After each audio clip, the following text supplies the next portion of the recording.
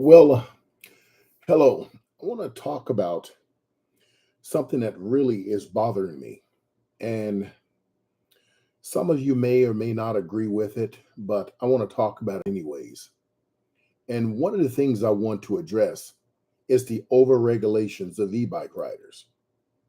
Now, we know e-bikes are faster and they're larger, they're heavier now. And so some regulations is required because you do have young kids and individuals who are out there breaking many of the rules, disobeying our laws when it comes to riding on the streets, the bike paths, and so forth. But the issue that I'm having with the overregulation is that what about the ghost in the mirror? So I'm going to read you an article that makes a lot of sense. And if you folks um, can hear me clearly through the microphone, please let me know in the chat section. I would appreciate it. So I want to read you an article, and this article is a really, really good article. In fact, this article um, really explains what I've been trying to say for a long, long time. And the author is Mackay Toll, and he wrote an article in regarding to the overregulations of e-bikes and so forth. So let's talk about it. First of all, if you think electric bikes are bad, there's a much bigger menace hitting our roads. And this is something we need to look very deep into. Electric bikes are a menace for sure. They go almost as fast as a car. If the car is parking, they're whispering quiet, which makes them impossible to hear over the podcast playing in your headphones. And worst of all, they're increasingly written by teenagers. But now we've all seen the headlines. Cities are cracking down, lawmakers are holding emergency hearings, and parents are demanding bans. Something must be done. The cry out local city council meetings before driving back home in a 5,000-pound SUV. I want you folks to remember that as I continue to read this article. And it's true. Some e-bike riders don't follow the rules. Some ride too fast. Some are inexperienced. There are some real problems that deserve some real solutions.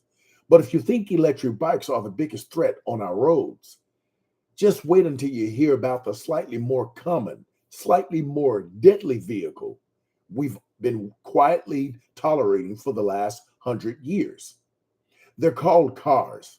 And unlike e-bikes, they actually kill people. A lot of people, over 40,000 people die in car crashes in the US every year. Thousands more permanently injured. Entire neighborhoods are carved up by the high speed traffic. Kids can't walk to school safely. But don't worry, someone saw a teenager run a stop sign on an e-bike. So the real crisis must be those darn batteries on two wheels. Let's get to it. It's amazing how worked up people get over a few dozen e-bike crashes when many of us step over sidewalk memorials for a car crash victim on the way to a grocery store. We've been so thoroughly conditioned to accept car violence as part of a modern life that the idea of regulating them sounds unthinkable. But regulating e-bikes, now that's urgent. To be clear, this isn't about ignoring the risk that come with technology, especially new technology. E-bikes are faster than regular bikes. They're heavier too, and they require education and enforcement. Like any other mode of transportation capable of injuring someone, be it the rider or pedestrian bystander. But the scale of the problem is what matters. And the scale here is completely lopsided. Let's take New York City, for example. It's got more e-bike usage than anywhere else in the US. And there are still only an average of 2 pedestrians per year killed by an e-bike accident. That number for cars around 100 per year in New York City. It's not complicated math. Cars are 50 times more lethal in the city. Now, this gets interesting, and I love the way the article digs deeper. And yet, the person on the e bike is the one getting a stinky eye. We've been so numb to everyday destruction caused by automobiles that it barely registers anymore. Drunk driving, distracted driving, speeding through neighborhoods, it's just background noise. But the moment someone on the e-bike blows through a stop sign at 16 miles an hour, it's front page news at a city council emergency. Here's an idea. If we want safer streets, how about we start by addressing the machines that weigh 2.5 tons and can hit 100 miles an hour, not the ones that top out at 20 or 28 and are powered by a 1 horsepower motor the size of an orange. But we don't. We don't regulate that type of nonsense because cars are familiar. Cars are normal. Cars are how we built our entire country. And so we turn to our attention to easy target, the new kid on the block, the same old playbook, panic, overreact, and legislate the hell out of it. Now, before I go on, I want to say something, and this is very important. This is super important. I believe that there should be a law that Department of Motor Vehicles need to add another 10 questions to your driver's license test for everyone, whether you are a new driver, whether you are renewing your license, whether you're an old driver, everyone should be required to pass this test with 10 additional questions. Hell, even more if they can. Now, that's over-regulations that I support. And let me tell you why. Those questions should propose an intent on drivers understanding bike riders, understanding the laws when it comes to bike riders. And first and foremost, we have to understand that many of these cars that are on the road, they do not even know bike laws. Let me explain something to you right now. In California, a vehicle must be 3 feet away from a bike. 3 feet away. So if there's a bike lane, it's not 3 feet away from the biker, it's 3 feet away from the actual bike lane. Number two, if a vehicle is wishing to turn right in front of a biker, it must wait till it's safe to do so. If it's not safe to do so, the vehicle must slow down. Today, my wife and I almost got hit by a SUV of an idiot with his family, with a dog, going to the dog park, which was 1 corner block up the way. They literally didn't understand that as a biker, California is the only state in the USA that allows for lane splitting. So if you are an e-bike rider, if you are a manual bike rider, if you're someone on a motorcycle or a moped, you have the right at a stoplight to go between the cars and go in front of the car at the front line. These cars do not like this. They can't stand this. Now, you must do it safely. You must do it safely. Instead of this car waiting for us to go through the light and make the left, instead they coming around the front, the right, in order to hit us. And I had to yell out, "What are you doing?" Put my hand out and say, "Slow down." They put their window down on the passenger side where their wife is. And what is the first words he yells out of his mouth? The first words, "Calm down." I'm not calming the hell down. You're going to kill my wife. He looks again. I say the law states 3 feet away, and it's not safe for you to pass me right now.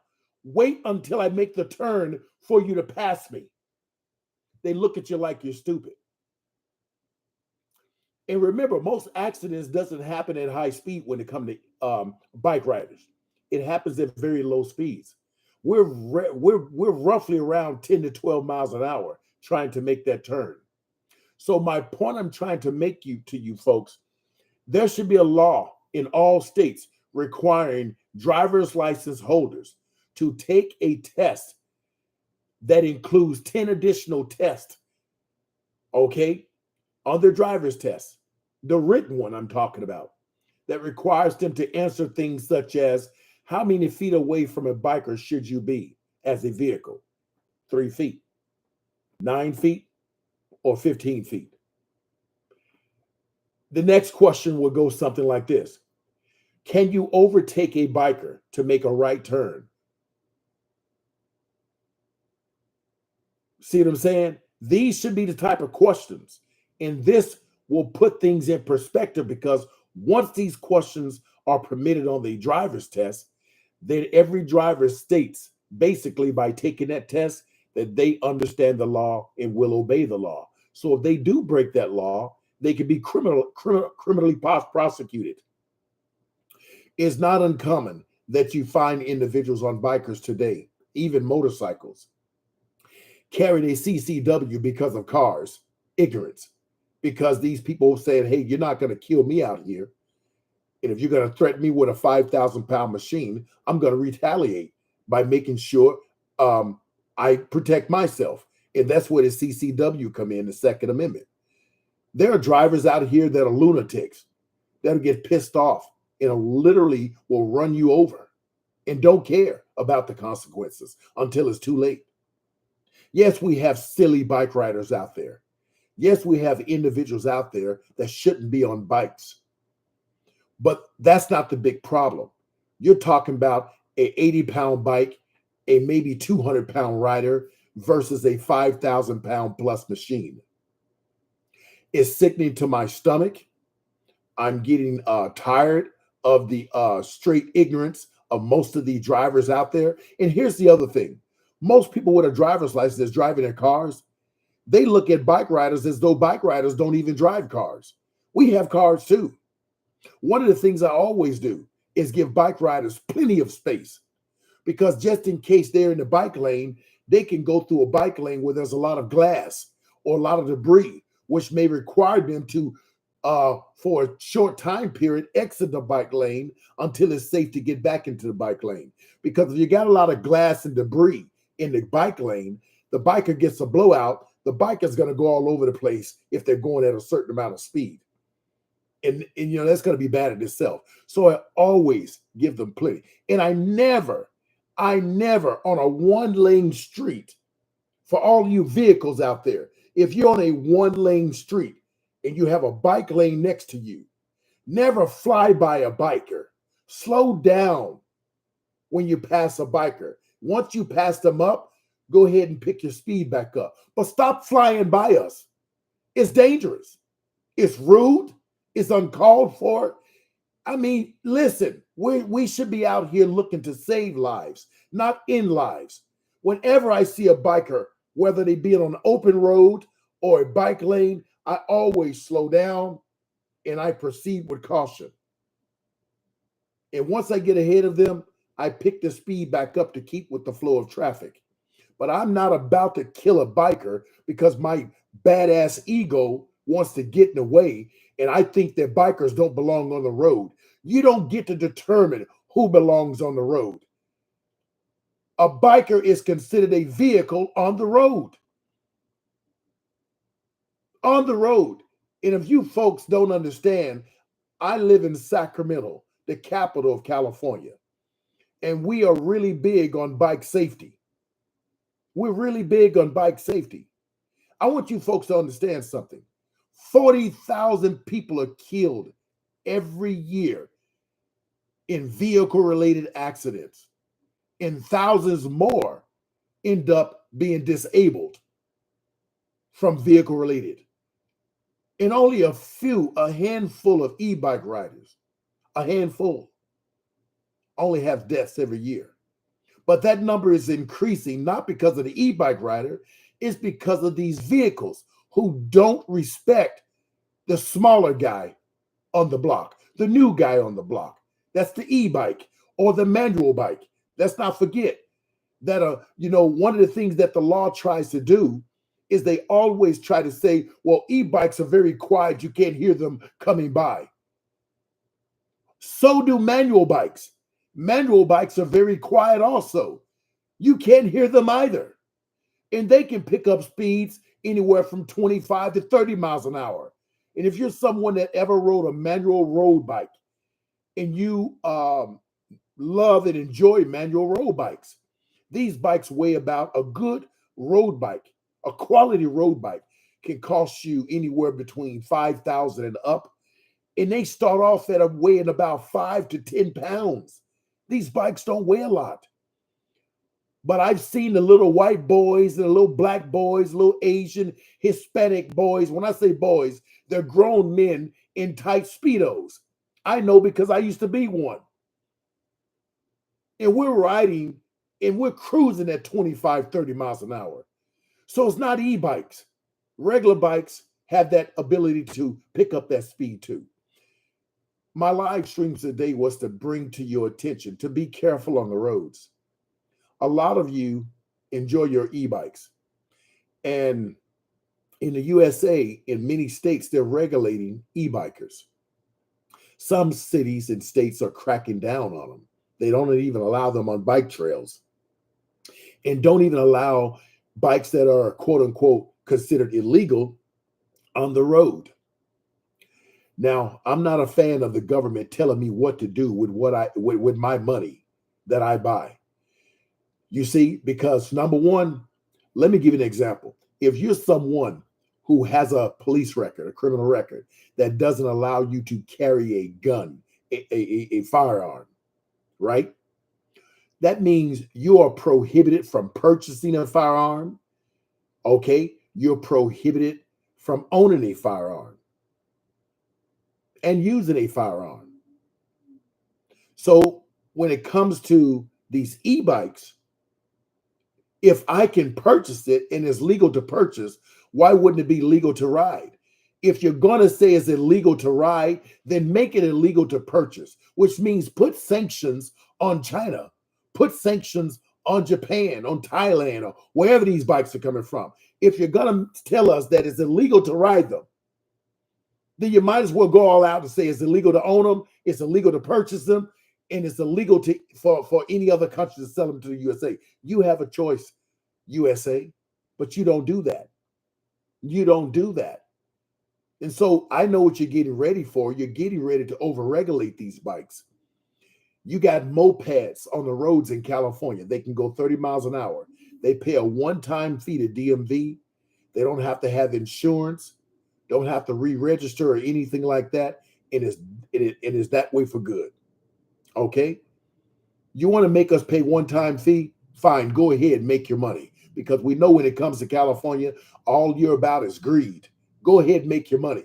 But stop trying to regulate what grown-ass adults decide on what's fun and what's good for them. If I'm able to purchase it, then I should be able to ride my bike the way I want to ride my bike, as long as I'm obeying all traffic laws. But then you got Karens and Darrens out there. You can't ride this here. You can't be on the trails. These are the same individuals that try to tell you what you shouldn't be doing. But they don't realize that many of us who ride our bikes on the trails, we are the same people who also purchase annual passes. We support our local county parks, our state parks. Many of us are people who may have disabilities that are allowed to enjoy the outdoors just like a normal person. Many of us are veterans that also deserve to be able to go out and do things. So there's many different classisms that qualify that we should not be discriminated against just because we want to ride our bike on the trail. Not all of us are riding 20, 25, 30 miles an hour on a trail. When I get on bike trails, I'm usually doing between 10 and 15 miles an hour. And that's because it makes no sense to go to a bike trail and go as fast as you can and not enjoy what's around you, nature. So I'm just trying to cruise. Some of us have disabilities where we need to use the throttle. We can't pedal. Our knees, arthritis, rheumatoid arthritis.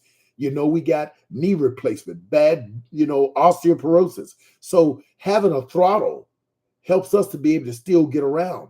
And this is why I think that California, in many places, they're not really pushing. They made some laws, but they're not pushing it on the e-bike riders. And here's the reason why. Because once they start arresting people or giving tickets or taking people's expensive bikes, there's going to be a lot of lawsuits, because you don't have a right to tell someone who's disabled under ADA, American Disability Act, the right to accommodations, that I can't ride an e-bike because it has a throttle on it. Maybe I need that throttle because my legs don't work over a long period of times.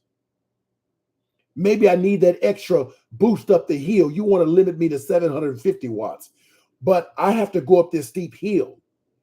And with my weight and the watt on the bike, I'm struggling to get on the hill because now I got to pedal. And once again, there may be lower extremities, limited disabilities or limited abilities. So my point I'm trying to make is that this is why California, in many areas, are not stopping these individuals. I ride by cops all the time. I'm on the trail and I'm always riding by the rangers. I know a lot of the rangers. And they always ask, what, that bike is nice, or, and so forth. Man, that's really, I've had rangers get on my bike and try it for themselves. Okay. Period. They say, how fast do it go? I say, well, the top is 28 miles an hour. You may have a bike that go 50 miles an hour, but, it's not something you want to tell a ranger. Okay. Because you can also go in your settings. And when you ever go to the bike trails, go in the settings of your fast e-bike. To all you folks who buy e-bikes out of the country, go into your settings. If you're going to go to the bike trail, where you literally put your bike on top of your vehicle, drove to the bike trail of a state park, county park, or whatever, took your bike off, and now you're going to go ride to kind of go sightseeing, go into your computer before you left home and make sure your settings are adjusted to no more than 28 miles an hour. Because there should be no reason why you should go faster than that on a bike trail. You understand? So I know I'm venting today, but I'm venting for a reason. And I hope you folks understand. Okay. Let me finish this article. The article go on and say, sure, an e-bike might startle you on a sidewalk, but a car can climb the sidewalk and end your life. Which one do you really need to be afraid of? This isn't a straw man argument either. Cars are literally used as mass casualty weapons. It happens all the time. It happened last night in Los Angeles when a disgruntled car driver that is, deliberately plowed into a crowd outside of a nightclub, injuring over 30 people. Now show me what e-bike or regular bike has done this. They may hurt someone, but they're not going to kill them. And that wasn't the only car attack yesterday. Another car rammed into pedestrians on a sidewalk in New York City yesterday morning, leaving multiple pedestrians dead. These aren't exceptions. This is the normal daily news in the US. It's depressing, but it bears repeating. This is normal. These are everyday occurrences, twice a day and yesterday. While we're busy debating throttle limits and helmet rules for e-bikes, maybe we should also talk about how tens of millions of drivers still routinely speed, blow through stop signs, or scroll Instagram at 45 miles an hour in a school zone, or how car crashes are the number one killer of teenagers in America. Or we can continue to focus on the kid who forgot to put his foot down at a red light while riding an e-bike to school. This isn't satire anymore. It's just sad. It's a collective willingness to avoid a real, genuine threat to Americans while simultaneously scapegoating what is, by comparison, a non-threat. The truth is, electric bikes aren't the menace. They're a solution. They're one of the few glimmers of hope in a transportation system drowning in population, congestion, and daily tragedy. They make mobility cheaper, cleaner, and more accessible. And yet we treat them like an invasive species because they disrupt the dominance of the automobile. It's time to stop pretending we're protecting the public from some great e-bike emergency. The real emergency is that we've accepted cars killing people as a fair trade for getting to Target 5 minutes faster. Now, I want to say personally, if the writer ever come across this video, I want to thank them for writing this. Okay? And I want to just say to you folks, for number one, there are two systematic problems in the US right now. The first is that every driver believes they are somehow being safe, exceeding speed limits by 40 and 6%. And enforcing speed limits is literally the greatest form of tyranny. The faster you're going, the less time you have to react and slow down to avoid an accident. It's a pleasure to drive in places like Norway, where there's ruthless use of speed cameras, keeps everyone within a speed limit, and there's little aggressive and reckless driving. Next, we have a complete unwillingness to build dedicated protective bike lanes for cyclists. If you go to Amsterdam, Norway, Sweden, Germany, you find literally concrete barriers that protect bikers from these huge vehicles. Pedestrians, cyclists, and cars should have their own dedicated spaces, which is what they do in Europe. But we don't do that here in the US because it would mean eliminating a lane of traffic. And as you know, in the US, all in your freeways, they're always expanding it and causing gridlock everywhere. Every American tourist who goes to Europe marvels at how walkable it is and how safe they feel cycling. And they come home to the US and demand more roads for cars and oppose creating bike lanes. Here's what's interesting. If you go to Amsterdam right today, they got every weekend, they shut down the street for vehicle traffic, and it's all for cyclists and foot traffic only. This is done on Saturdays and Sunday, no matter where you go. So yes, let's make e-biking safer. Let's educate riders, build better bike infrastructures, and enforce traffic rules fairly. Those are all important things. We absolutely should invest in training programs to educate teens on safe riding. We absolutely should cite and fine dangerous riders who could threaten the lives of pedestrians. But let's stop pretending that e-bikes are the problem when they're clearly a symptom of a much bigger one. If you're really worried about the dangers on our streets, don't look for the kid on the e-bike. Look for the driver behind them, sipping a latte or going 20 miles over the speed limit. Now that's a menace. And so I want to give a thank you to this incredible writer and Makai Toll. Thank you for writing such a brilliant article. Everything you wrote was actually my words that I've spoken for many years. I work with the Bicycle and Sacramento Coalition here in Sacramento County. I also work as the admin on Facebook, the largest Facebook here in the Sacramento Valley, where we do what they call critical mass. We get together the first Tuesday of every month, and we all get together in bike groups and go ride and, try to push bike safety. So I'm with this. I'm with bike safety. Let's make it a reality. I appreciate you all for being here. Thank you for your time. And I'm right on time at 30 minutes exact. Take care of yourselves and shalom.